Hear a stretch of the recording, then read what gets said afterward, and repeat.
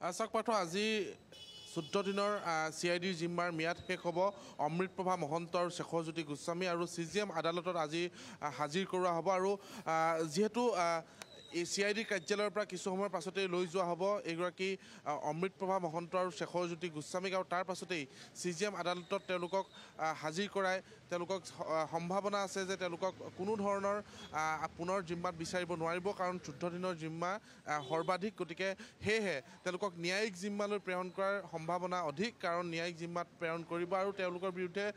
আন কোনো গোচৰ ৰুজু হোৱা নাই কাৰণ এই গোচৰটো ৰুজু হৈছে গতিকে দ্বিতীয়বাৰৰ বাবে গ্ৰেপ্তাৰো তেওঁলোকৰ সম্ভাৱনা নাই গতিকে এই মুহূৰ্তত মই CID কাৰ্যালয়ৰ সন্মুখৰ পৰিৱেশটো দেখুৱাইছোঁ কিয়নো যেতিয়া বাক্সা কাৰাগাৰত এনেকুৱা এটা ঘটনা সংঘটিত হৈছিল আক্ৰমণ হৈছিল সাংবাদিক আহত হৈছিল পুলিচ আহত হৈছিল গতিকে এই মুহূৰ্তত এই ব্যৱস্থাখিনি আৰক্ষীৰ ফালৰ পৰা কোৱা হৈছে কটকটীয়া নিৰাপত্তা বেষ্টনী গঢ়ি তোলা হৈছে আৰু আৰক্ষীৰ কটকটীয়া নিৰাপত্তা ব্যৱস্থাৰ মাজেৰে এই দুই অভিযুক্তক লৈ যোৱা হ'ব CGM আদালতলৈ এই মুহূৰ্তৰ মই CIDৰ কাৰ্যালয়ৰ সন্মুখৰ অসম আৰক্ষীৰ মুখ্য কাৰ্যালয়ৰ পৰা আমি আপোনালোকক পোনপটীয়াকৈ এই দৃশ্যাংশ দেখুৱাই আছোঁ অৰ্ধসামৰিক বাহিনী ইয়াত মোতায়েন কৰা হৈছে ইয়াত অসম আৰক্ষী জোৱান ইয়াত মোতায়েন কৰা হৈছে কাৰণ গোটেই পৰিস্থিতিটো আমি যদি চাওঁ বাক্সাত যি ধৰণে অপ্ৰীতিকৰ এটা পৰিস্থিতিৰ সৃষ্টি হৈছিল শিলাবৰ্ষণ হৈছিল গুলীচালনা হৈছিল আক্ৰমণ হৈছিল কেইবাখনো বাহন জ্বলাই দিয়া হৈছিল সেই পৰিস্থিতিটো যাতে পুনৰ সংঘটিত নহওক তাৰ ওপৰত এইবাৰ গৃহ বিভাগে অধিক গুৰুত্ব প্ৰদান কৰিছে আৰু এয়া CIDৰ কাৰ্যালয়ৰ সন্মুখভাগৰ দৃশ্য আপোনালোকক দেখুৱাইছোঁ এইদৰেই আৰক্ষী সষ্টম হৈ আছে কটকটীয়া নিৰাপত্তা ব্যস্তনী ইয়াত গঢ়ি তোলা হৈছে যাতে কোনো লোকে আহি ইয়াত প্ৰতিবাদ কৰিব নোৱাৰে জুবিন গাৰ্গৰ কোনো অনুৰাগীয়ে ইয়াত আহি যাতে প্ৰতিবাদ সাব্যস্ত নকৰে সেই ব্যৱস্থাখিনি ইয়াত কৰি তোলা হৈছে এই মুহূৰ্তৰ মই সেই দৃশ্যটো দেখুৱাইছোঁ আনফালে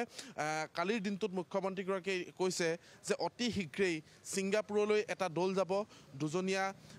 দল গঠন কৰি দিয়া হৈছে সুধাকৰ সিঙৰ নেতৃত্বত অতি শীঘ্ৰেই সেই দলটোৱে গৈ সেই ঘটনাস্থলীৰ ভিজিট কৰিব আৰু ভিজিট কৰি তেওঁলোকে তথ্য আহৰণ কৰিবলৈ চেষ্টা কৰিব এই মুহূৰ্তলৈকে 11জন প্ৰবাসী অসমীয়া সেই স্থানত উপস্থিত আছিল 11জন প্ৰবাসী অসমীয়াৰ ভিতৰত মাত্ৰ 10জন প্ৰবাসী অসমীয়া ইয়াত আহি উপস্থিত হৈছে এজনৰ ছিংগাপুৰৰ নাগৰিকত্ব আছে গতিকে তেওঁ অহাত কিছু বাধা আছে সেইবাবে তেওঁ আহিব পৰা নাই গতিকে 10জনে গোটেই ঘটনাটোৰ তদন্তত সহযোগিতা কৰিছে শেহতীয়া যিটো জুবিন গাৰ্গৰ ভিডিঅ' জুবিন গাৰ্গ যেতিয়া পানীত পৰি মৃত্যু হৈছিল সেই সময়ৰ যিসমূহ ভিডিঅ' সেই ভিডিঅ'সমূহ SITয়ে সংগ্ৰহ কৰিছে তেওঁলোকৰ পৰা SITয়ে জব্দ কৰিছে সেইসমূহ ভিডিঅ' SITৰ হাতত আছে SIT দৃঢ় যে তেওঁলোকে এখন সবল চাৰ্জশ্বিট দিব এই গোটেই ঘটনাটোক লৈ আৰু এই মুহূৰ্তৰ মই অসম আৰক্ষীৰ মুখ্য কাৰ্যালয়ৰ সন্মুখৰ পৰা এই পৰিৱেশটো দেখুৱাই আছোঁ এয়া আৰক্ষী আৰু অৰ্ধসামৰিক বাহিনী ইয়াত মোতায়েন কৰা হৈছে গোটেই পৰিস্থিতিটো নিয়ন্ত্ৰণ কৰিব তেওঁলোকে কাৰণ বাক্সাত যিদৰে ঘটনাটো সংঘটিত হৈছিল যিদৰে আক্ৰমণ হৈছিল সাংবাদিক আৰু আৰক্ষীৰ ওপৰত শিলাবৰ্ষণ হৈছিল আৰক্ষীয়েও লাঠিচালনা কৰিছিল আৰক্ষীয়ে শূন্যলৈ গুলীচালনা কৰিছিল কিন্তু এই পৰিস্থিতিটো যাতে সৃষ্টি নহওক তাৰ ওপৰত অধিক গুৰুত্ব দিয়া হৈছে যদি ন্যায়িক জিম্মালৈ প্ৰেৰণ কৰে কোনখন কাৰাগাৰত ৰখা হ'ব পুনৰ বাক্সালৈ লৈ যোৱা হ'ব নেকি সেই বিষয়টো এই মুহূৰ্তত জানিব পৰা নাই কিন্তু আমাৰ হাতত যিমান দূৰ তথ্য আছে গুৱাহাটী কেন্দ্ৰীয় কাৰাগাৰটো সেইখিনি ব্যৱস্থা ইতিমধ্যে কৰা হৈছে পৃথককৈ চেল বনোৱা হৈছে বেৰিকেড লগোৱা হৈছে গতিকে সম্ভাৱনা আছে গুৱাহাটী কেন্দ্ৰীয় কাৰাগাৰটো তেওঁলোকক ৰখোৱা হ'ব পাৰে গতিকে এই মুহূৰ্তত কৈ দিয়া টান যে তেওঁলোকক কলৈ নিয়া হয় কিন্তু এই মুহূৰ্তত এই বিষয়খিনি আমি দেখুৱাব বিচাৰিছোঁ যে গোটেই পৰিস্থিতিটোত আৰক্ষীয়ে নিয়ন্ত্ৰণ কৰিবলৈ এই ধৰণৰ এক ব্যৱস্থা কৰিছে যাতে কোনো ধৰণৰ ত্ৰুটি ৰখি নাযায় কাৰণ বাক্সালৈ যেতিয়া লৈ গৈছিল তেতিয়া বিশেষভাৱে কোনো ধৰণৰ বিশেষ আৰক্ষীৰ ব্যৱস্থা কৰা নাছিল অৰ্ধসামৰিক বাহিনী নাছিল তাত এনেকুৱা ধৰণৰ এটা পূৰ্ব পৰিকল্পিত তেওঁলোকৰ এটা ব্যৱস্থা নাছিল কিন্তু সেই ব্যৱস্থাটো এই মুহূৰ্তত গঢ়ি তোলা হৈছে CIDৰ কাৰ্যালয়ৰ পৰা পোনপটীয়াকৈ পাৰ্থ আমি দেখুৱাইছোঁ সকলেন আপুনি ইতিমধ্যে দেখুৱাইছে আৰু সমান্তৰালভাৱে বাক্সাৰ কথা আপুনি উল্লেখ কৰিছে গতিকে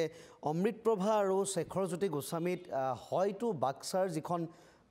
কাৰাগাৰ তাত যি পৰিস্থিতিৰ সৃষ্টি হৈছিল সেই কাৰাগাৰলৈ লৈ যোৱাৰ সম্ভাৱনা নিশ্চয় কম থাকিব কাৰণ তাত পৰিস্থিতি বৰ সঠিক নহয় যদিও তাত নিৰাপত্তাৰক্ষী মোতায়েন কৰা হৈছে আৰু পৰিস্থিতি পূৰ্বতকৈ কিছু খাম কাটিছে তথাপিও তেওঁলোকক গুৱাহাটীতে ৰখাৰ সম্ভাৱনা অধিক নেকি আপুনি কি ভাবে সুকল্যাণ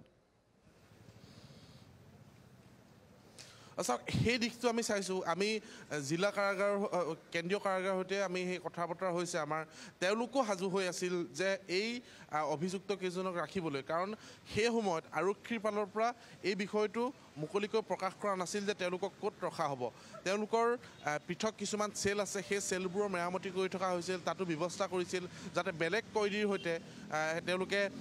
অহা যোৱা কৰিব নোৱাৰে পৃথক তেওঁলোকক পৃথক চেলত ৰখাৰ ব্যৱস্থা কৰা হৈছে তাৰ ভিতৰত কিছুমান বেৰিকেড লগাই দিয়া হৈছে বাথৰুমৰ ব্যৱস্থা কৰা হৈছে গতিকে এই ব্যৱস্থাখিনি গুৱাহাটী কেন্দ্ৰীয় কাৰাগাৰতো তেওঁলোকে কৰিছে কাৰণ যদি বাক্সালৈ নিনিয়ে তেন্তে গুৱাহাটী কেন্দ্ৰীয় কাৰাগাৰতে ৰখা হ'ব শেখৰ আৰু অমৃতপ্ৰভা মহন্ত কাৰণ যিটো অনাকাংক্ষিত ঘটনা হ'ল বাক্সাত সেই ঘটনাৰ পৰা অসম আৰক্ষীয়েও পুনৰ সেই ভুল কৰিব বিচৰা নাই কাৰণ ৰাইজ ক্ষোভিত হৈ আছে ন্যায়ৰ দাবীত হঠাৎ হাজাৰ হাজাৰ লোক ওলাই আহিব পাৰে পুনৰ আক্ৰমণ কৰিব পাৰে গতিকে এই প্ৰসংগটো যিহেতু জুবিন গাৰ্গৰ কাৰণ এজন প্ৰাণৰ শিল্পী এই মুহূৰ্তলৈকে অসমে মানি ল'ব পৰা নাই যে জুবিন গাৰ্গৰ গোটেই মৃত্যুটোক লৈ গতিকে এই বিষয়খিনি অধিক গুৰুত্ব প্ৰদান কৰিছে ইয়াত সেইবাবে হয়তো এই BSFৰ জোৱান তেওঁলোকে মোতায়েন কৰিছে ইয়াত অসম আৰক্ষীৰ শতাধিক জোৱান মোতায়েন কৰিছে এই ব্যৱস্থাটো তেওঁলোকে কৰিছে যাতে কোনো ধৰণৰ ইয়াত অপ্ৰীতিকৰ পৰিস্থিতি নহওক কোনো ধৰণৰ প্ৰতিবাদ নহওক কোনো ধৰণৰ আইন শৃংখলা উলংঘন নহওক পাৰ্থ